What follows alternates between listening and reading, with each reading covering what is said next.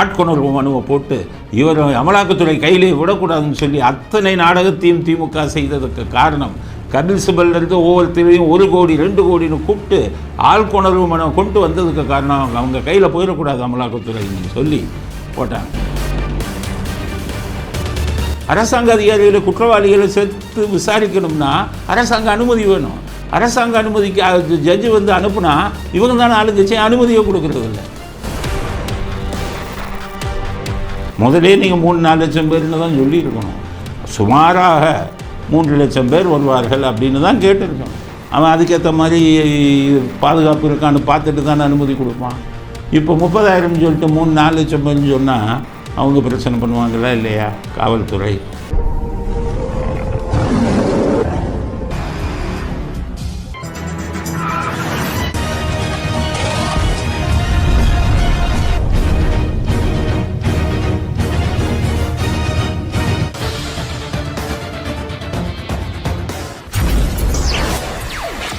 வணக்கம்.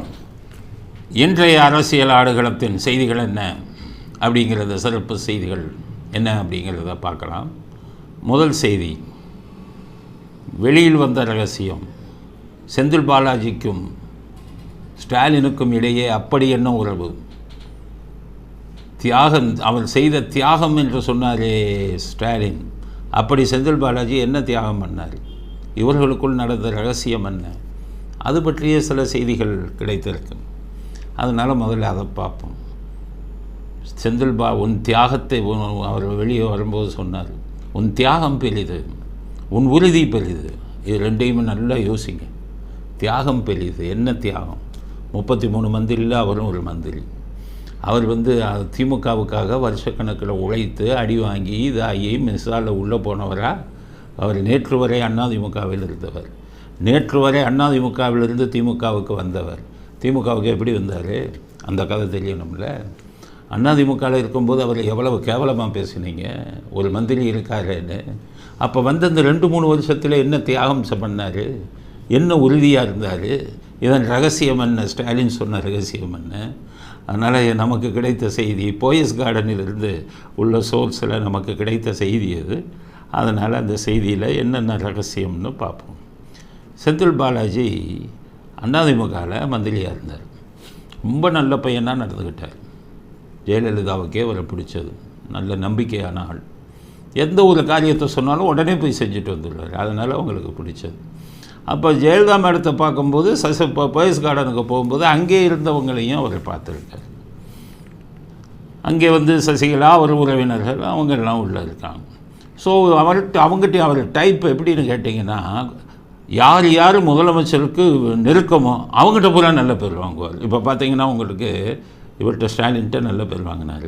அதோடு விட்டாரா? ஸ்டாலின்கிட்ட நல்ல பேர் வாங்கினா போதுமே. உடனே அதுக்கு அடுத்தது உதயநிதியை போய் பார்த்தார். அது வெளியில் வந்தது.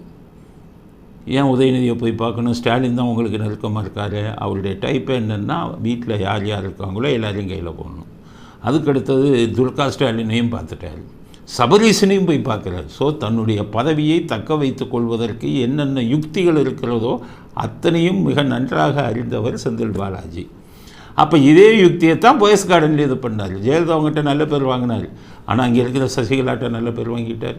அங்கே இருக்கிற இளவரசி அவங்ககிட்ட நல்ல பேர் வாங்கிட்டார். ஜெயலலிதா அவர்களுக்கு யார் யார் நெருக்கமோ எல்லார்ட்டையும் நல்ல பேர் வாங்கி அப்படியே இருந்தார். அவங்க ரொம்ப நம்பிட்டாங்க. போயஸ் கார்டன் வீட்டில் இருந்தவங்க ரொம்ப நம்பிட்டாங்க. அப்போ என்னென்னு கேட்டிங்கன்னா, அவங்களுக்கு நிறைய வழியில் பணம் வருதில்ல. மது தொழிற்சாலையும் வச்சுருந்தாங்க. மது தொழிற்சாலையும் இருக்குது அவங்களுக்கு. அதனால் நிறைய பணம் வந்த உடனே அந்த வீட்டில் இருக்கக்கூடிய ஒரு முக்கியமான பெண்மணி அவங்க என்ன சொல்லிட்டாங்க, எப்போ ஒரு 10,000 கோடி இருக்குது. நான் ஒரு அனுமானத்தில் சொல்கிறேன். 10,000 கோடிங்கிறது அது ஒரு குறிப்பிட்ட தொகை. நான் ஒரு இதில் சொல்கிறேன், 10,000 கோடி இருக்குது. அதனால் எங்கேயாச்சும் நீ முதலீடு பண்ணி எங்களுக்கு அதில் வர வட்டியை கொடுத்தா போதும், உன் மேலே ரொம்ப நம்பிக்கை இருக்கும் அப்படின்னு சொல்லியிருக்காங்க. உடனே செய்கிறேன்னு ஒன்று இவர் மேலே நம்பிக்கை வைத்து அந்த மிகப்பெரிய பணம் கைமாறி இருக்குது இவருக்கு. அந்த பணத்தை வாங்கினவர் வச்சுக்கிட்டு இருந்தார். அதுக்கப்புறம் நிலைமை மாறுது. ஜெயலலிதா அவர்கள் உடல்நிலை சரியில்லாமல் போகிறாங்க. சசிகலா ஜெயிலுக்கு போகிறாங்க. இளவரசியும் ஜெயிலுக்கு போகிறாங்க. எல்லாம் இது முடிந்தது. அந்த வாங்கிய பணம் அப்படியே ஒரு கையில் இருந்ததாக கட்சிக்காரவங்களில் நெருங்கிய போயஸ் கார்டனில் இருக்கிறவங்க சொல்கிறாங்க. அந்த வாங்கிய பணம் அப்படியே இருந்தது. அதற்கப்புறம் தினகரன் பார்க்குறாரு, அங்கேருந்து ஒரு பணத்தை வச்சுட்டாரு அப்படின்ட்டு அவர் கட்சியில் சேர்த்துட்டு எல்லா செலவையும் அவரை செலவு பண்ண சொல்கிறார். அங்கே ஆர்கே நகரில் அவர் நின்னது, அதுக்கப்புறம் நின்னது, அவரும் செலவு செய்து கொண்டு இருக்கிறார். ஆனால் அமமுகவுக்கெல்லாம் டெபாசிட் போயிடுது. அப்போ முடிவுக்கு வருகிறார் செந்தில் பாலாஜி, இவர்களை நம்பி பிரயோஜனம் இல்லையே, அப்போ டிஎம்கே தான் நமக்கு ஒரே வழி, ஸ்டாலினை எப்படி பிடிப்பதுன்னு ஸ்டாலினுக்கு தூது விடுறார். அப்போ ஸ்டாலின் என்ன பண்ணுறாருன்னா, ஐயோ இவர் மோசமான ஆள் அப்படின்னு நினைக்கும் போது, இல்லை நான் பார்க்கணும் உங்களை அப்படின்னு சொல்லி பார்த்து இவர் கையில் இருந்த அந்த பணத்தில் ஒரு பெரும் தொகையை ஸ்டாலினுக்கு கொடுக்குறாரு. ஸ்டாலின் தான் போதுமே, 10 கோடி கொடுத்தாலே அண்ணாநகர் எம்இசெல்லாம் கூட கிட்ட கேஸ் எல்லாம் 10 கோடி தான், 10 கோடியை லஞ்சம் வாங்கினார். அதுக்காக தான் அந்த தற்கொலையே. சரி இவ்வளோ பணம் வருதுன்னு ஸ்டாலின் இதாகி போய் சரி கொடுங்கன்னு சொல்லி அந்த பணத்தை வாங்கி கொண்டு வரார். அங்கிருந்து கிடைத்த பணத்தில் ஒரு குறிப்பிட்ட ஒரு பெரிய அமௌண்ட்டு, ஆயிரக்கணக்கான கோடி, அதை வாங்கி கொள்கிறார். இதுதான் நமக்கு வந்த செய்தி. அதை வாங்கிடுறாரு. வாங்கிட்டு இவரை கட்சியில் சேர்த்து கொண்டு எம்எல்ஏ பதவி கொடுக்குறாரு, எம்எல்ஏ சீட்டு, அதை ஜெயித்த உடனே மந்திரி ஆக்குறார். காரணம் அந்த விசுவாசம். இவருக்கு கிடைத்த அந்த ஆயிரக்கணக்கான கோடியை கொடுத்தாரு, அதை அவர் சின்ன மீனை போட்டு பெரிய மீனை பிடிக்கணும்னு இந்த பணத்தை கொடுத்தா ஸ்டாலின் நமக்கு பதவி தருவார், பதவி வாங்கிட்டாங்க. இப்படித்தான் இவர்களுக்குள் இருந்த நெருக்கம் ஆரம்பித்தது. அந்த நெருக்கம் எப்போது விசுவாசமாக மாறியது? அந்த நெருக்கம் எப்படி மன உறுதி சொல்கிறார்ல, உன் உறுதி உன் விசுவாசம் அப்படிங்கிறாரு. விசுவாசமும் உறுதியும் எப்போ வந்தது அப்படின்னு கேட்டிங்கன்னா, இந்த பணம் வாங்கின உடனே இடி அமலாக்கத்துறை இவர் வீட்டுக்கு போகிறாங்க. பேங்க் மேனேஜர் இவங்க எல்லாத்தையும் பிடிச்சி பேங்க் ஸ்டேட்மெண்ட் எல்லாத்தையும் எடுத்துகிட்டு அவருக்கு போகிறாங்க.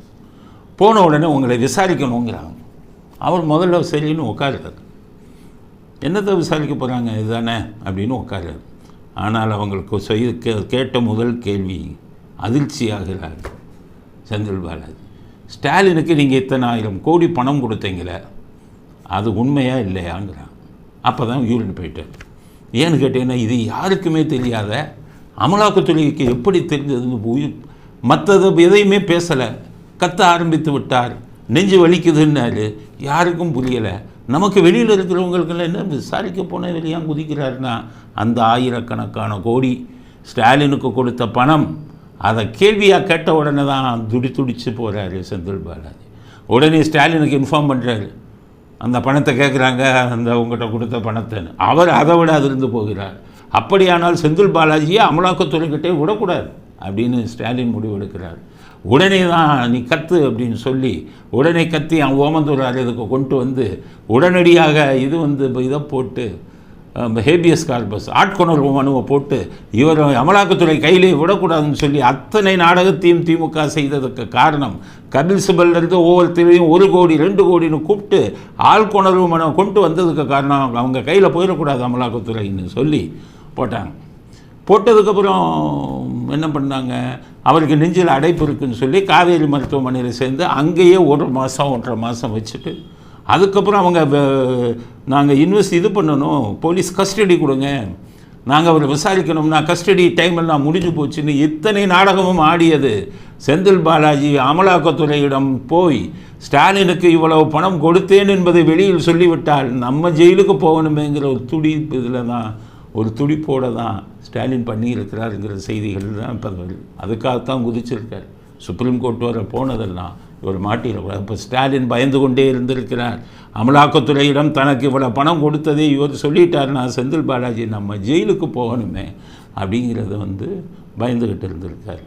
இதில் என்னென்னு கேட்டிங்கன்னா, இந்த மாதிரி எப்போவுமே இவர்களுக்கு பணம் கொடுத்தவங்க ஜெயிலுக்கு போயிட்டா அவங்கள மிரட்டுறதுல ஸ்டாலின் எப்படி மிரட்டுவாருங்கிறது எனக்கு தெரியும். 2 வழக்கு கருணாநிதி எப்படின்னு கேட்டிங்கன்னா, அவரை ஏதாச்சும் ஒருத்தம் பண்ணாங்கன்னா 2 நாள் கழிச்சு ஆள் காலி பண்ணிடுவாங்க. அது எப்படி பண்ணாங்கங்கிறது யாருக்கும் தெரியாது. ஆனால் ஸ்டாலின் அவர்கள் பாணியே தனி. அவருடைய ஊழல் வெளியில் வரக்கூடிய அளவுக்கு ரகசியம் தெரிந்தவர்கள் காவல்துறையிட்டையோ உங்கள்கிட்டையோ மாட்டிட்டா அவர்கள் தானாகவே தற்கொலை செய்து கொள்வார்கள். இதுதான் இதில் வந்தது உங்களுக்கு 2Gயில். சாதிக் பாட்சா ஆசாவுடைய நெருங்கிய நண்பர். 2G விஷயத்தில் நிறைய ரகசியங்கள் அவருக்கு தெரியும். சிபிஐ 2Gயில் அவங்கள பிடிச்சாங்க. பிடித்து அவர்கிட்ட கேட்டதெல்லாம் திமுக அவங்க ஃபேமிலிக்கு எவ்வளோ போச்சு ஆசா மூலமாங்கிறது தான். அதில் சில உண்மைகளை அவர் சொல்வதற்கு தயாராகிவிட்டார். விஷயம் ஸ்டாலினுக்கு வந்தது. கடுமையாக மிரட்டப்பட்டார் சாதிக் பாட்சா. அதைத்தான் வடிவேல் சொன்னார், வைகோ அவரை கொலை செய்ததே ஸ்டாலின் தான் ஏன் சொன்னார்னா, சாதிக் பாட்சா மனைவியே வாக்குமூலம் கொடுத்தாங்க, என் கணவரை மிரட்டி தற்கொலை பண்ண வச்சுட்டாங்க. ஸோ இவர்கள் இதுவே அப்படி தான் தற்கொலை பண்ண வச்சுருவாங்க. உயிரோடு இருந்தால் வெளியில் சொல்லிட்டானா போச்சு. அப்படி தற்கொலை செய்து கொண்டவர் தான் சாதிக் பாட்சா. அவ்வளோ மிரட்டுவாங்க, உயிர் பயம் வர்ற அளவுக்கு மிரட்டுவாங்க. இதே தான் அண்ணாநகர் ரமேஷ் இதுலேயும் செஞ்சாங்க. நான் தான் இங்கே காவல்துறையில் இருந்தேனே. இப்போ அண்ணாநகர் ரமேஷுக்கு செஞ்சதும் இது தானே. அண்ணாநகர் ரமேஷ் இதில் 10 கோடி ரூபாய் லஞ்சமாக பெறப்பட்டது ஸ்டாலினுக்கு, அண்ணாநகர் ரமேஷ் மூலமாக. அதற்கு பிறகு ஆட்சி அப்போ அவர் மேயராக இருக்கிறார், சென்னை மேயராக. தாவண்ணா கிருஷ்ணன் நெடுஞ்சாலைத்துறை அமைச்சராக இருக்கிறார். அவரிடம் ஒரு கான்ட்ராக்ட் 100 கோடி கான்ட்ராக்ட் வருவதற்காக இவருக்கு 10 கோடி பேசப்பட்டு பணம் கொடுக்கப்பட்டது. அதற்கு பிறகு 2001 அதிமுக ஆட்சி வந்த உடனே அந்த பணம் கொடுத்தவர்கள் வாங்கி கொடுத்தவர்கள் இவங்களுக்குள்ள சண்டை வரும்போது அவர்கள் கீழ்ப்பாக்க காவல் நிலையத்தில் ஒருவர் மேலே ஒருத்தர் புகாரை கொடுக்குறாங்க. காரணம், ஸ்டாலினுக்கு அந்த 10 கோடி வாங்கி கொடுத்தவருக்கு எனக்கு கமிஷனாக 1 கோடி கொடுன்னு அவர் கேட்குறாரு. அதை அவங்களுக்குள்ள தகராறு வரும். ஏன்னா கான்ட்ராக்ட் எடுத்தவருக்கு லாஸு, அந்த 1 கோடியோ கொடுக்க முடியலை. அப்போ அவர் போய் கீழ்ப்பாக்கம் இதில் கம்ப்ளைண்ட் கொடுக்குறாரு. முத்துக்கருப்பன் அவர் தான் கமிஷனர். அப்போ அந்த டைமில் கமிஷனருக்கு போன உடனே ஜெயலலிதா அவர்களுக்கு இன்ஃபார்ம் பண்ணுறாங்க, 10 கோடி கைமாறி இருக்குது, சண்டை வருதுன்னு. அவங்கள விட அதை இங்கே பிடிங்கிறாங்க ஜெயலலிதா. அப்போ தான் அண்ணாநகர் ரமேஷை கொண்டு போய் காவல்துறையை பிடிச்சி போய் மிரட்டுறாங்க. ஸ்டாலினுக்கு நீ கொடுத்த 10 கோடியை ஒத்துக்கொள் அப்படின்னு சொல்லியே மிரட்டுறாங்க.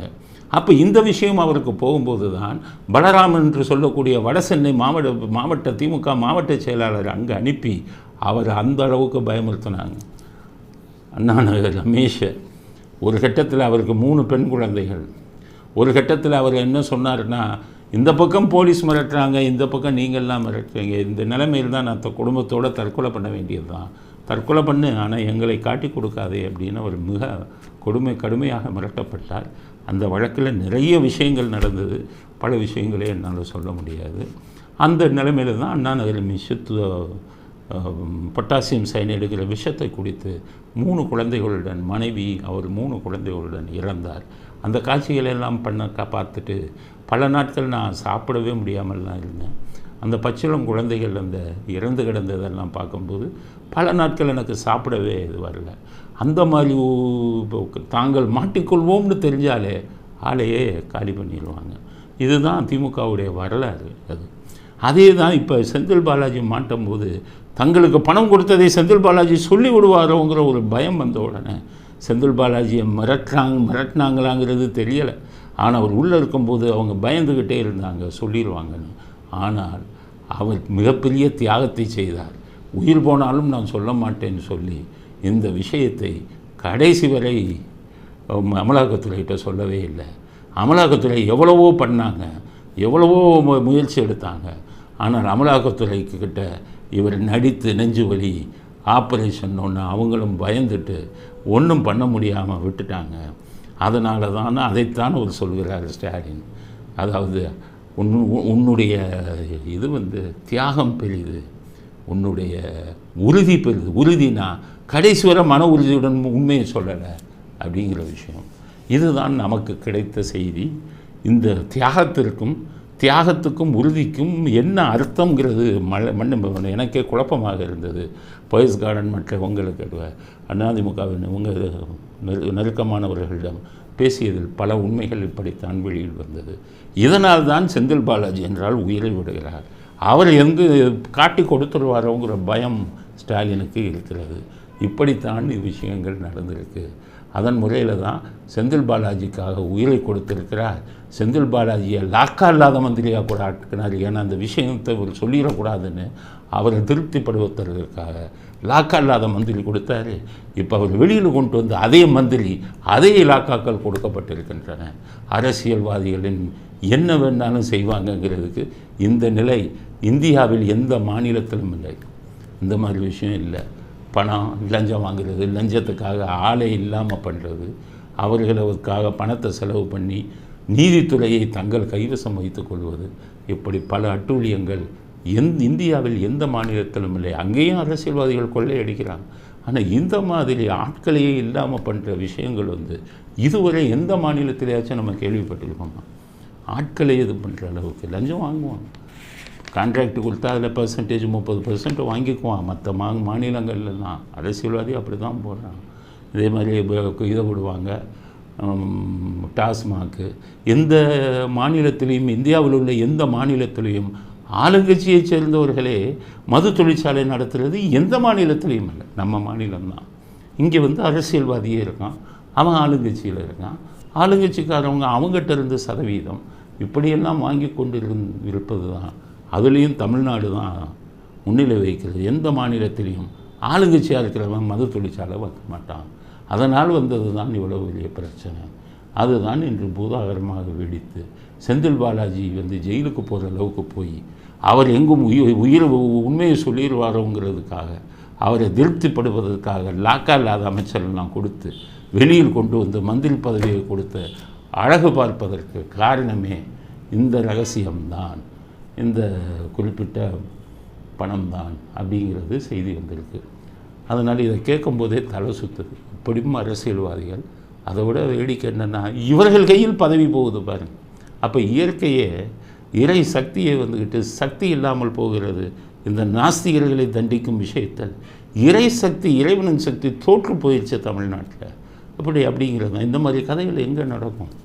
இப்படி ஒரு இதுவும் அடிச்சுட்டு, கொள்ளையும் அடிச்சுட்டு, கொள்ளையடித்தவங்களை காப்பாற்றுறதுக்காக இவ்வளோ விஷயங்களை எங்கே பண்ணுவாங்க? அதனால் வெளியில் வந்த ரகசியம், அதாவது தியாகத்திற்கும் மன உறுதி என்று அவர் பாராட்டுவதற்கும் காரணமே இந்த விஷயம்தான் அப்படின்னு பல செய்திகள் நமக்கு வந்திருக்கு. அந்த வந்த செய்திகளை உங்களுடன் பரிமாற வேண்டும்ங்கிறதுக்காக இந்த கருத்தை பதிவு செய்ய விரும்புகிறேன். அடுத்த செய்தி, மீண்டும் சிறைக்கு செல்வாரா செந்தில் பாலாஜி அப்படிங்கிற ஒரு விஷயம். என்னென்னு கேட்டிங்கன்னா, பாதிக்கப்பட்டாங்கல்ல, அந்த 100 பேர் பணம் கொடுத்தாங்கல்ல, அதில் ஒரு சில பேர் தான் உச்ச நீதிமன்றத்தில் வழக்க போட்டிருக்காங்க. அவங்க போட்ட வழக்கில் இப்போ போய் என்ன சொன்னாங்க, வருஷக்கணக்காட்சி செந்தில் பாலாஜி வழக்கு இன்னும் கேஸை நடத்தவே மாட்டேங்கிறாங்க, அதனால் அதை சீக்கிரம் முடிக்க சொல்லி தண்டனை வாங்கி கொடுக்க சொல்லுங்கன்னு வழக்கு போட்டிருக்காங்க. இந்த வழக்கை உடனே சுப்ரீம் கோர்ட் எடுத்து 1 வருஷமாச்சே என்ன பண்ணீங்க அப்படின்னு கேட்டால், இந்த எம்எல்ஏ எம்பிகளுக்குன்னு தனி கோர்ட் இருக்குது, அதுதான் இந்த வழக்கை நடத்துது. அந்த கோர்ட்டில் அரசாங்க வக்கீல் யார் போடணும்? திமுக தானே போடணும், ஆளுங்கட்சி. அரசாங்க வக்கீலையே போடல, வேணும்னு கேஸு இழுக்கட்டும். சுப்ரீம் கோர்ட் கேட்குறாங்க, என்னாச்சு? ஜட்ஜு சொல்கிறாரு, அந்த ஜட்ஜ் அரசாங்க வக்கீலே போடல, அவர் தானே கேஸை நடத்தணும், ஏன் போடலன்னு கேட்குறாங்க. அது ஆளுங்கட்சியை தான் கேட்கணும் அப்படிங்கிறாங்க. சரி, உங்கள் கோர்ட்டில் என்ன ஆச்சுன்னா 1000 பேரை குற்றவாளியாக சேர்த்துருக்காங்க. அட்டூழியம், அயோக்கியத்தனம், காவல்துறையும் இவர்களுக்கு துணை இருக்கிறது. 1000 பேர் குற்றவாளி. ஏன் 1000 பேர் வரான்னா, பணம் கொடுப்பது, லஞ்சம் கொடுப்பதும் குற்றம் இல்லை. லஞ்சம் வாங்கியது இவர் செந்தில் பாலாஜி, அவர் முதல் குற்றவாளி. லஞ்சம் கொடுத்த 100 பேர்த்தையும் இதில் சேர்ப்போம்னு சொல்லி 100 பேர்த்தையும் குற்றவாளியாக சேர்த்து விட்டாங்க, பணத்தை கொடுத்தவனை. எதுக்குன்னா, இப்போ இது நடந்ததுன்னு வைங்க, விசாரணை, லஞ்சம் கொடுத்து சாட்சி சொல்ல மாட்டான். ஏன்னா இது உறுதியானால் நம்மளும் ஜெயிலுக்கு போகணுங்கும்போது இதற்காக இவர்கள் ஆரம்பித்த சதி திட்டம் தான் அவங்களையும் சேர்த்தது. அரசு அதிகாரிகள்லாம் சேர்த்து விட்டுருக்காங்க. சுப்ரீம் கோர்ட்டுக்கு தலை சுற்றிடுச்சு, இது என்னையா அது இப்படி பண்ணியிருக்காங்களே அப்படின்னு இருக்காரு. அப்புறம் அவங்க சொல்லிட்டாங்க, அந்த கோர்ட்டு, நாங்களால் ஒன்றும் பண்ண முடியாது, ஆளுங்கட்சி ஒத்துழைப்பு கொடுக்க மாட்டேங்கிறாங்க. அதில் சில அரசாங்க அதிகாரிகளையும் குற்றவாளியாக சேர்த்துருக்காங்க. அரசாங்க அதிகாரிகளை குற்றவாளிகளை சேர்த்து விசாரிக்கணும்னா அரசாங்க அனுமதி வேணும். அரசாங்க அனுமதிக்கு ஜட்ஜு அனுப்புனா இவங்க தானே ஆளுங்கட்சி அனுமதியை கொடுக்குறதில்ல, அப்படியே வச்சுக்கிட்டு இருக்காங்க. இதனால் தான் லேட் ஆகுது அப்படின்னு ஒன்று இப்போ ஜட்ஜு என்ன சொல்லியிருக்காங்க உச்ச நீதிமன்றத்தில். சரி, இதுக்குன்னு ஒரு தனி ஜட்ஜை நியமிச்சிடலாமா அப்படின்னு கேட்டிருக்காங்க. தனி ஜட்ஜுனா இது இந்த ஒரு வழக்குக்காக போட முடியாது. அதனால் அவங்க என்ன கேட்டிருக்காங்க, ஏதாச்சும் ஒரு கோர்ட்டில் ரொம்ப மிக குறைந்த வழக்குகள் வருதோ அந்த கோர்ட்டில் இதை போடலாம், ஹைகோர்ட்டு நீங்கள் என்ன சொல்கிறீங்க அப்படின்னு சொல்லி ஹைகோர்ட்டில் கருத்து கேட்டிருக்காங்க. இப்போ அடுத்து இன்னும் ஒரு 10-15 நாளில் மறுபடியும் வழக்கு வருது. வழக்கு விவாதம் முடிகிற டைமில் இந்த ஏமாந்தாங்கள 100 பேர் அவங்களுடைய வக்கீல் இன்னொரு விஷயம்னு சொல்கிறாங்க சுப்ரீம் கோர்ட்டில். என்ன கேட்குறது, சுப்ரீம் கோர்ட்டில் என்ன விஷயம், முக்கியமான விஷயம் அப்படிங்கிறாங்க. ஐயா, செந்தில் பாலாஜியை வந்து ஜெயிலில் இருந்தார். அப்போ வந்துட்டு அவருக்கு பெயில் கேட்டாங்க, ஜாமீன். அப்போ நீங்கள் என்ன சொன்னீங்க? இல்லை, அவர் வந்து மந்திரியாக இருக்கார், லாக்கா இல்லாத மந்திரி. லாக்கா இல்லாத மந்திரியாக இருந்தால் அவர் சாட்சிகளை கலைப்பார், அதனால் அவருக்கு ஜாமீன் கொடுக்க முடியாதுன்னு சொன்னீங்க. இது பண்ண உடனே குறுக்கு வழியில் என்ன பண்ணாங்க, மந்திரி பதவியை ராஜினாமா பண்ணிட்டார் செந்தில் பாலாஜி. மறுபடியும் ஜாமீன் பெட்டிஷன் போட்டார். என்ன சொல்லி போட்டார்? மந்திரியாக இருக்கிறதுனால நான் சாட்சிகளை கலைப்பேன்னு எனக்கு பெயில் கொடுக்க மாட்டேன்னீங்களே, இப்போ நான் மந்திரி இல்லை, மந்திரியை ராஜினாமா பண்ணிட்டேன்னு சொன்னாங்க. அதற்கு பிறகுதான் உச்சநீதிமன்றம் இப்போ அவர் மந்திரி இல்லை, அதனால் சாட்சிகளை கலைக்க மாட்டார் அப்படின்னு சொல்லி ஜாமீனை கொடுத்தாங்க. ஆனால் அந்த ஜாமீனை வாங்கிட்டு ஸ்டாலின் அவரை திருப்பி மந்திரி ஆக்கிட்டார். இப்போ மந்திரி ஆனதுனால இந்த சாட்சிகளெல்லாம் அவர் கிடைக்க மாட்டாரா? ஆட்சி அதிகாரத்தில் இவங்க இருக்காங்களே அப்படின்னு ஒரு கேள்வி எழுப்புனாங்க. உடனே சுப்ரீம் கோர்ட்டுன்னு சொல்லிட்டாங்க, இப்போ நீங்கள் சொன்னதெல்லாம் தனி மனுவாக தாக்கல் செய்யுங்கன்ட்டாங்க. அதனால் அடுத்த ஹியரிங்கில் இன்னும் ஒரு 10-15 நாள் அடுத்த ஹியரிங் வரும்போது அந்த செந்தில் பாலாஜியால் பாதிக்கப்பட்டவர்கள் இவருக்கு மந்திரி பதவி கொடுத்ததுனால இவருக்கு வந்து கொடுத்த ஜாமீன் வந்து தப்பு, இவர் தவறாக பயன்படுத்துவார் அதிகாரத்தை அப்படின்னு ஃபைல் பண்ண போகிறாங்க. அதில் சுப்ரீம் கோர்ட்டு, ஆமாம், உங்களுக்கு பெயில் கொடுத்ததே நீங்கள் மந்திரி இல்லை அப்படின்னு சொன்னதை வச்சு தானே கொடுத்தோம், இதனை குறுக்கு வழியில் போய் பெயிலை வாங்கிக்கிட்டு போய் மந்திரி பதவியை வாங்கினீங்க அப்படின்னு கேள்வி கேட்டாங்கன்னா, மறுபடியும் நீங்கள் இதை வந்து ராஜினாமா பண்ணுங்க மந்திரி பதவியை. அப்படி இல்லைன்னா மந்திரி பதவியில் இருந்தீங்கன்னா திருப்பி உங்கள் ஜாமீனை ரத்து செய்வோம், திருப்பி நீங்கள் ஜெயிலுக்கு வரணும் அப்படின்னு தான் சுப்ரீம் கோர்ட்டு சொல்லுவாங்க. அதனால் செந்தில் பாலாஜி திரும்ப ஜெயிலுக்கு போவாரா, இல்லை மந்திரி பதவியை ராஜினாமா பண்ணிட்டு வெளியில் இருப்பாரா அப்படிங்கிறது இன்னும் ஒரு சில வாரங்களில் தெரிய வரும். அதனால் குற்றத்தெல்லாம் செஞ்சுட்டு ஸ்டாலின்கிற மனசாட்சி இல்லாத மனிதர் இருக்கிறதுனால இவங்களை எல்லாத்தையும் மறைச்சு குற்றவாளிக்கே பதவி கொடுக்கறதுங்கிறது இதுக்கு மனசாட்சிக்கு எதிரான விஷயம். அது நிச்சயம் தொடராது என்று நம்புவோம். செந்தில் பாலாஜி ஒன்று தன் மந்திரி பதவியை இழக்க வேண்டும், இல்லாவிட்டால் அவர் மீண்டும் சிறைக்கு செல்ல வேண்டும். இந்த கேள்வியெல்லாம் கவர்னர் கேட்பாருன்னு தான் அங்கே நேராக போய் காலில் விழுந்தாங்க. யார் காலில் விழுந்தாங்க? மோடி காலில் விழுந்து கவர்னருடைய வாயை அடைத்தார்கள். கவர்னருடைய வாயை அடைச்சிட்டு இவங்க நினைத்ததை சாதித்தார்கள். அவருக்கு துணை முதல் மந்திரி இவருடைய பையனுக்கு, இவருக்கு வந்து செந்தில் பாலாஜிக்கு அதே இது. கவர்னரால் வாய் திறக்க முடியலை. ஏன்னா கவர்னர் பொன்முடிக்கு எதிர்த்த மாதிரி இதையும் எதிர்த்திருப்பார். அதனால தான் நான் சொன்னேன், இவரை காப்பாற்றி விட்டவர்கள் பிரதமர் மோடி தான், மற்ற விஷயங்கள்லாம் வந்து அமித்ஷா தான் காப்பாற்றினார் அப்படிங்கிறது சொன்னால், இந்த விஷயத்தில் மோடி தான் காப்பாற்றினாருன்னு அதுக்காகத்தான் சொன்னோம். இது எப்படி உறுதியாகுதுங்கிறதுக்கு ஒரு நிகழ்ச்சி நேற்று பவழ விழா மாநாட்டில் நடந்திருக்கு, அதையும் நீங்கள் தெரிஞ்சுக்கணும். காஞ்சிபுரத்தில் பவழ விழா மாநாடு நடந்திருக்கு. எப்போவுமே மோடி இங்கே வந்தாலே கோ பேக் மோடி திரும்பி போன்னு சொல்லி ட்விட்டரில் வந்து இந்த திமுக ஆளுங்கிற ஐடி டீமை வச்சு போட்டுக்கிட்டே இருப்பாங்க. கோ பேக் மோடின்னு போடுவாங்க. அப்போது பிஜேபிக்காரங்கள்லாம் ஒரு பிரதமரை இப்படி திட்டுறீங்களேம்பாங்க, அதை திட்டுவாங்க. தமிழ்நாடு வந்து ஒன்றிய அரசும்பாங்க, கிண்டல் அடிப்பாங்க. எல்லா கிண்டலும் பண்ணுறவங்க நேற்று மோடி இந்த உதவி செஞ்சுட்டாருன்னு ஒன்று காஞ்சிபுரம் மாநாட்டில் பேசுகிறார் வைகோ. எடுத்த உடனே மோடியை தாக்கி பேசுகிறார். உடனே ஸ்டாலின் அந்த ஏவா வேலு மந்திரியை கூப்பிட்டு அவர் சீக்கிரம் பேச்ச முடிக்க சொல்லுங்க அப்படிங்க. உடனே அவர் பக்கத்தில் போய், சார் உங்களை சீக்கிரம் பேச்ச முடிக்க சொல்லி ஸ்டாலின் சொல்கிறாரு. ஏன்னா அவர் மோடியை தாக்க ஆரம்பிச்சிட்டார். கோ பேக் மோடின்னு திரும்பி மோடின்னு சொன்ன இதே ஸ்டாலின் அவர் தாக்கி பேசுகிறாரு, அவர் நிறுத்த சொல்லுங்கன்னு சொன்ன உடனே வீடியோவை பாருங்கள். நரேந்திர மோடி அவர்களே, நீங்கள் சரித்திரத்தை நேர்மை போல் படிக்காவிட்டாலும் ஓரளவு படித்திருக்கிறீர்கள். நிறைய கட் பண்ணிட்டேன் நானே. இதுபோல ஒரு வாய்ப்பு இன்னும் கிடைக்க போகுது. இவ்வளவு தோழர்களோட ஒரு இடத்துல சந்திக்கிற வாய்ப்பு. அவர் மோடியை பற்றி பேசணுன்னே அங்கே கூப்பிட்டு நிறுத்துறாங்க. ஏவா வேலு வந்து இது பண்ணுறாரு. அதனால் அவர் வைகோ அப்படின்னு கொஞ்ச நேரம் பேசிவிட்டு மறுபடியும் மோடியை தாக்கி கொஞ்ச நேரம் பேசிவிட்டு இது பண்ணுறாங்க. ஸோ நெருக்கம் பாஜகவுக்கும் திமுகவுக்கும் நெருக்கம் ஆயிடுச்சுங்கிறத மோடியை தாக்கி பேசுவதை ஸ்டாலின் இப்போது விரும்ப மாட்டேங்கிறாரு, பேசாதீங்கன்னு சொல்கிறாருன்னா அந்த நெருக்கத்துக்கு காரணம் பாஜக இவர்களுக்கு செய்யக்கூடிய சலுகைகள். அதனால் 2 பேரும் மிகவும் நெருங்கி வருகிறார்கள் அப்படிங்கிற கருத்தையும் பதிவு செய்ய விரும்புகிறோம். அடுத்தது அமைச்சர்கள் பட்டியலில் சீனியாரிட்டி போட்டிருக்காங்க. அதாவது யார் என்ன எத்தனாவது பொசிஷன், எத்தனாவது இடம் அப்படின்னு. முதல் இடம் ஸ்டாலின். ஸோ அமைச்சர்கள் பட்டியலில் மிகவும் அதிகாரம் படைத்தவர் ஸ்டாலின் அப்படின்னு போட்டாங்க. 2வது இடம் இந்த இவரை நம்ம துரைமுருகனை போட்டாங்க. துரைமுருகனுக்கு 2வது இடம். அப்போ 3வது இடம் வந்து உதயநிதி. அப்போ உதயநிதிக்கு பின்னாடி யார் வரா? கேஎன் நேரு. அவருக்கு 72 வயசாச்சு. திமுகவில் கிட்டத்தட்ட 50 வருஷமாக இருக்கார். 55 வருஷமாக. எவ்வளோ பெரிய சீனியர். எத்தனையோ தடவை எம்எல்ஏ ஆகியிருக்காரு, எத்தனையோ தடவை மந்திரி ஆகியிருக்காரு. கருணாநிதிக்கு வலதுகரமாக இருந்தவர். அவ்வளோ பெரிய சீனியரை நாயை விட கேவலமாக உதயநிதிக்கு அடுத்து கொடுத்துருக்காங்க. அந்த நேருவுக்கு எப்படின்னு கேட்டிங்கன்னா, உதயநிதியோட ஃப்ரெண்டு தான் அந்த அன்பில் மகேஷ்.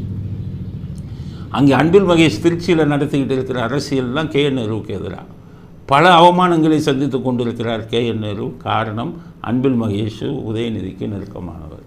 அதையெல்லாம் சகிச்சுக்கிட்டு மந்திரியாக இருந்தால் போதும்னு இருந்தார். இப்போ உதயநிதிக்கு நீ கீழேன்னுட்டாங்க. எப்படி மாணவ ரோஷம் இல்லாமல் பதவியில் இருக்காங்கன்னு தெரியல. நம்மளெல்லாம் இருந்தால் என்னென்னு பண்ணுவோம். ஏன்னா நேற்று வந்த பையன், நாங்கள் பார்த்து வளர்ந்த பையன், எங்களுக்கு மேலே வரா. அரசு பணியிலெல்லாம் பார்த்தீங்கன்னா சீனியாரிட்டி விட்டு கொடுக்கவே மாட்டான். கேஸை போட்டுருவான் ஒருத்தன். நான் தான் சீனியர் அப்படின்னு சொல்லி கேஸை போடுவாங்க. சாதாரண அரசு ஊழியர்களை மந்திரியாக இருந்து கோடிக்கணக்கில் பணம் வச்சு வெளிநாடுகள்லாம் வச்சுக்கிட்டு இருக்கிறவங்களுக்கு மானம் வெக்கம் ரோஷம் என்பது இல்லையா அப்படிங்கிறது தான் இந்த சீனியர்களுக்கு நான் சொல்கிறது. அதில் கேஎஸ்எஸ்ஆர்னு இருக்கார். அவர் எம்ஜிஆர் கூட அரசியல் நடத்தினவர். எம்ஜிஆரே வந்து அவரை மந்திரியாக வச்சுருந்தார். அவருக்கு 75 வயசாச்சு. அவருக்கும் அரசியல்லாம் 50 வருஷத்துக்கு மேலே அனுபவம். அவரை வந்துக்கிட்டால் உதயநிதிக்கு கீழே. அவரும் வாழ்த்து சொல்கிறார் உதயநிதிக்கு. எவ்வளவு கேவலமான விஷயம் பாருங்கள். இதையெல்லாம் பொறுத்து கொண்டும் இந்த திமுகவில் மந்திரிகள்லாம் மானத்தை விட்டு உக்காந்துருக்காங்கிறது. நீங்கள்லாம் என்னமோ பகுத்தறிவு இயக்கம்பைங்க, பெரிய கொள்கைவாதிகள்ம்பைங்க, உயிரை விடுவோம்பைங்க கொள்கைக்கு. கேவலமாக இருக்குது உங்களுடைய நிலைமை பார்த்தா. போட்ட மந்திரி எப்படி இருக்கான் பாருங்கள். நாசருங்கிறவரை மந்திரியாக போட்டிருக்காங்க. இவர் எப்படிப்பட்டவர் அப்படிங்கிறதுக்கு இந்த வீடியோ பாருங்கள். வேஷ்டியை தூக்கி கட்டிக்கிட்டு திமுக தொண்டர்கள் மேலே கண்ணை விட்டு அடிக்கிறாங்க. ஒரு ரவுடி என்ன பண்ணுவாரோ அதை பண்ணுறாரு. இந்த வீடியோ பாருங்க.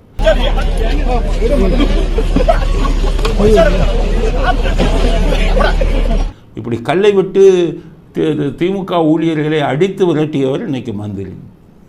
அவர் மந்திரியாக வந்து என்ன சொல்கிறாரு? அங்கே நான் கூட நினச்சேன், நாசர் எப்படி மந்திரி வாங்கினாரு, யார் வச்சு வாங்கினாருன்னா இன்றைக்கி விஷயம் தெரிஞ்சு போச்சு. அவர் பதவி இருக்கும்போது வந்து என்ன சொல்கிறாரு, உங்கள்கிட்ட டெபுட்டி சிஎம் ஃபோட்டோ வைங்க அப்படிங்கிறார். உதயநிதி ஃபோட்டோ.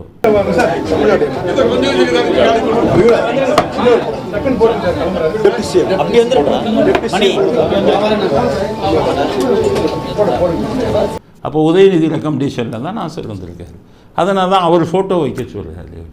இப்படி ஒவ்வொரு அரசு இதுலேயுமே முதலமைச்சர் ஃபோட்டோ வைப்பாங்க. இப்போ துணை முதலமைச்சர் ஃபோட்டோ வைக்கணுமா? ஒவ்வொரு இதுலேயும் ஒவ்வொரு அரசாங்க ஆஃபீஸ்லேயும் உதயநிதி ஃபோட்டோ வைக்கணுமா? வந்து அரசு ஊழியர்கள் யார் ஃபோட்டோ வைக்க வேண்டிய அதை அந்த ரூமில் வந்து ஒவ்வொருத்தரும் நீ உதயநிதி படத்தை பார்த்தா எவ்வளவு கேவலம், வயிறு எரியும் அரசு ஊழியர்களுக்கு. அதையும் நடத்தி காட்டிட்டாங்க. அடுத்தது இந்த தமிழச்சி தங்கபாண்டியன்னு ஒருத்தவங்க, அவங்க வாழ்த்துறாங்க உதயநிதியை. உதயநிதியை போல ஒரு அன்பு தம்பியை நாம் பார்க்க முடியாது அப்படின்னு. அன்பு தம்பியம் ஒரு முறையும் சொல்ல முடியாத தங்க கம்பை, வைரீக கோட்டைகள் மீது வெடிகுண்டுகள் வீசி அதனை தகர்த்து எறிகின்ற டர்பீடோ, அந்த வர்ணனைக்கு முற்றும் பொருந்துகின்ற நம்முடைய தம்பி இன்றைக்கு துணை முதலமைச்சராக பொறுப்பேற்றிருக்கின்றார். அவரை போய் தம்பின்னு சொல்லலாமா? அதுவும் குறிப்பாக தமிழச்சி தங்கப்பாண்டியன் நீங்கள் சொல்லலாமா அவரை போய் தம்பின்னு? ஏன் அவர் என்ன வேலை பண்ணவர்?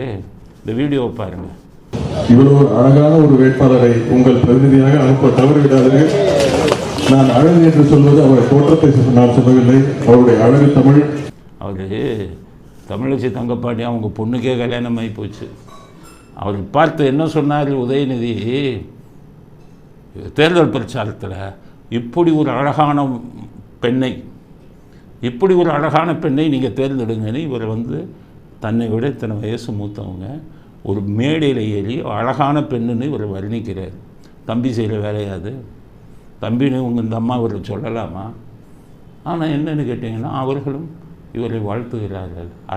அரசியல் எவ்வளவு கீழ்த்தரமான நிலைக்கு போய்விட்டது அப்படிங்கிறத இந்த திமுகவில் இருக்க தலைவர்கள் நடந்துக்கிறத வச்சு தான் நம்ம முடிவுக்கு வரணும். எவ்வளவு கீழ்த்தரமாக போயிட்டாங்க அப்படிங்கிறதுக்கு இந்த திராவிட மாடல் ஒரு உதாரணம் அப்படின்னு தான் சொல்லணும். விஜய் மாநாட்டில் இன்னும் கோமாளித்தனம் தொடர்ந்து கொண்டிருக்கிறது. இந்த புஷி ஆனந்தின் கோமாளித்தனம். அவன் கேட்டான், போலீஸ்காரங்க கரெக்டாக கேட்டாங்க, எப்போ எத்தனை பேர் வருவீங்க எழுதி கொடுன்னாங்க. 30,000 பேர்னு கொடுத்தாங்க. அப்போவே நம்ம விமர்சனம் செஞ்சோம். அரசியல் கட்சிக்கெல்லாம் கருணாநிதி 10,000 பேர் வந்தாலும் உடன்பிறப்பே 5 லட்சம் பேர் திரண்டியே அப்படின்னு சொல்லுவார். அதில் பொய்ய சொல்லணும் நிறையா, அப்போ தான் நீங்கள் அரசியலில் நிலைக்க முடியும். 30,000ன்னு சொல்லுவீங்களே மாநாடுக்கு போய், ஒரு 1 லட்சம்னாச்சும் சொல்லலாம்ல அப்படின்னு அப்போ சொன்னோம். இப்போ என்ன சொல்லிட்டாரு, எல்லாம் இப்போ அனுமதி கிடைச்சதுக்கப்புறம் புஷி ஆனந்த் 3-4 லட்சம் பேர் வரப்போகிறாங்க பார்த்துக்கோங்க. அப்போ கட்சியை எந்த லட்சணத்தில் நடத்துகிறாங்க? முதலே நீங்கள் 3-4 லட்சம் பேர்னு தான் சொல்லியிருக்கணும். சுமாராக 3 லட்சம் பேர் வருவார்கள் அப்படின்னு தான் கேட்டிருக்கோம். அவன் அதுக்கேற்ற மாதிரி பாதுகாப்பு இருக்கான்னு பார்த்துட்டு தானே அனுமதி கொடுப்பான். இப்போ 30,000 சொல்லிட்டு 3-4 லட்சம் பேர்னு சொன்னால் அவங்க பிரச்சனை பண்ணுவாங்களா இல்லையா? காவல்துறை அது கேட்டால் காவல்துறையிட்ட நாங்கள் சொல்லிக்கிறோம் அப்படி காவல்துறையிட்ட நாங்கள் சமாதானப்படுத்திக்கிறோம். அப்போ வேறு ஐடியா போட்டாங்க. விஜயே வேறு ஐடியா போட்டார். என்னன்னு கேட்டிங்கன்னா, அந்த சினிமா துறையில் இருக்கிற ஒரு சினிமா நடிகை வச்சு உதயநிதிட்ட சொல்லி அனுமதி வாங்கிடலாங்கிற ஒரு தைரியத்தில் இருக்கிற மாதிரி தெரியுது. அதுதான் சொல்கிறாங்க 4 லட்சம் பேர் வருவாங்க. அதுவும் எல்லா மாவட்ட செயலாளரையும் விஜயோட உட்கார வைக்க போகிறாங்களாம். மாவட்ட செயலாளர் யாரோ உட்கார வைக்க போகிறீங்க? எல்லாம் சின்ன வயசு பசங்க இருப்பாங்க, இவங்க விஜய் ரசிகர்கள். அவங்கள யாரும் மாவட்ட செயலாளராக போட போகிறீங்க? வெள்ளை உடையில் வரணுமா? வெள்ளை உடைனா இது பேண்ட்டா இல்லை வேஷ்டியா? அதை பற்றி ஒன்றும் சொல்ல. வெள்ளை உடை வரணும். இல்லை பாதிலியார் போடுறாரு வெள்ளை உடை, அதுவா? எதுவும் தெரியல. வெள்ளை உடை, வெள்ளை வேஷ்டி சட்டை வரணும். எல்லா அரசியல்வாதியுமே பார்த்திங்கன்னா ஒரு வேஷ்டியை கட்டிக்குவான், ஒரு சட்டையை போட்டு மடித்து விட்டுக்குவான், அந்த பட்டனை திறந்து பெரிய இந்த செயின், தலைவருடைய மோதிரம், இதுதான் எல்லா அரசியல்வாதியோடது. அதில் வாங்கன்னு சொல்லிட்டு போக வேண்டியது தானே. வெள்ளை உடையில் வரணும்னா என்ன உடையில் வர போகிறாங்கன்னு தெரியல. அதனால் விஜய் மாநாட்டின் குழப்பம் இன்னும் நீடிக்கிறது. புஷி ஆனந்துங்கிறவர் இருக்கிறவரை அந்த கட்சி உருப்படாது. விஜய்க்கும் ஒன்றும் தெரியல, அவருக்கும் ஒன்றும் தெரியல. அவர் எப்படி இவர் முக்கிய பதவி கொடுத்து வச்சுருக்காருங்கிறது ஆண்டவனுக்கே வெளிச்சம். அவங்க அப்பாவே அவருக்கு பிடிக்கலை. எஸ்.சி. சந்திரசேகருக்கு பையனுக்கு எடுத்துருவான்னு சொல்லிக்கிட்டு இருக்கார். இருந்தாலும் விஜய் அவரைத்தான் நம்பிக்கொண்டிருக்கிறார். அவர் செய்யும் கோமாளித்தனங்கள் ஒன்றொன்றாக தொடர்ந்து கொண்டிருக்கிறது. இன்னும் 2026 வர இவர் என்ன கோமாளித்தனம் பண்ண போகிறாரு புஷி ஆனந்த் அப்படிங்கிறதை பொறுத்திருந்து பார்ப்போம். இத்துடன் இன்றைய அரசியல் ஆடுகளம் நிறைவு பெறுகிறது. மீண்டும் நாளை புதிய செய்திகளுடன் உங்களை சந்திக்கிறோம். நன்றி, வணக்கம், ஜெய் ஹிந்த்.